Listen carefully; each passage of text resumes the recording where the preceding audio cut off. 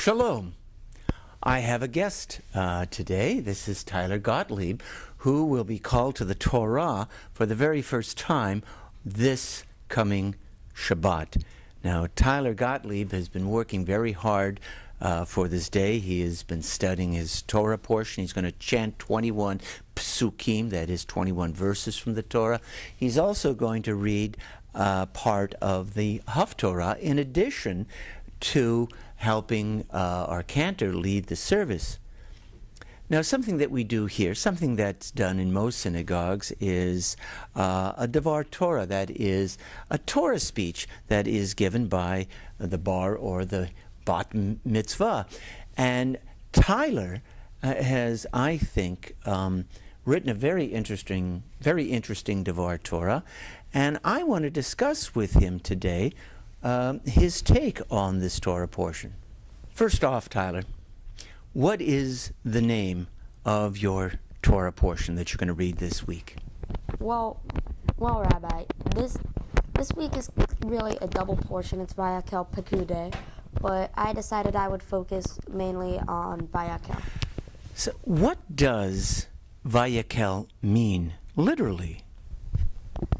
Well, Vayak'heil means to convoke or to bring together, but the root of the word Vayak'heil, kachal, actually means community. So Moses, in a sense, is creating a community by calling them together. That's exactly what he's done. Yes. And what else is what else appears in this Torah portion?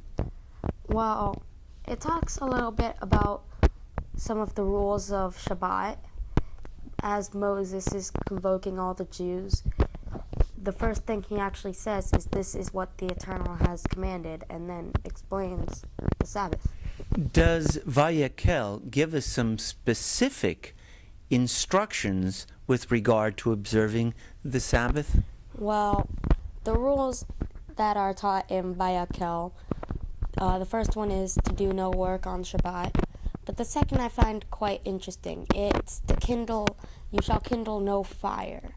That can mean more than one thing. Yes, it's bad to actually take a match, strike it, and light a fire. But you kind of it's possible to have an internal fire. Say you're in a conversation and it gets really heated. You really get into it. You're kind of bringing up an internal fire inside you. You're lighting yourself on fire. That's fascinating. That's a very interesting insight, Tyler. The Torah certainly doesn't want us to light physical fires, to change the nature of things on Shabbat, but it's a little deeper than that. We shouldn't agitate ourselves in conversations that might make us angry at other people. We're to calm those inner fires as well. And maybe that's why we say Shabbat Shalom on Shabbat. We say, may you have a peaceful Shabbat, that you shouldn't have internal fires. I think that makes sense to bring, because it's always, Shabbat is about rest, relaxing, knowing what you have and accepting it that way.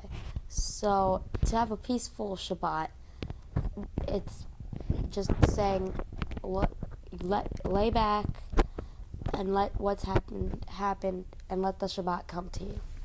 Well, Tyler, we're all very proud of you, and I think that you are going to make everyone think this Shabbat.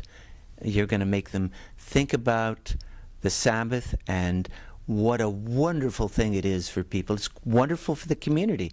We can't really have a community of Jews unless we have a lot of Jews celebrating and observing Shabbat.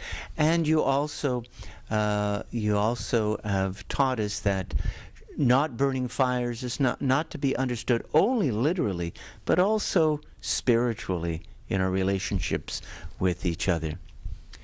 Well, I hope that you will read this week's Torah portion and come to your own conclusions. Shabbat Shalom.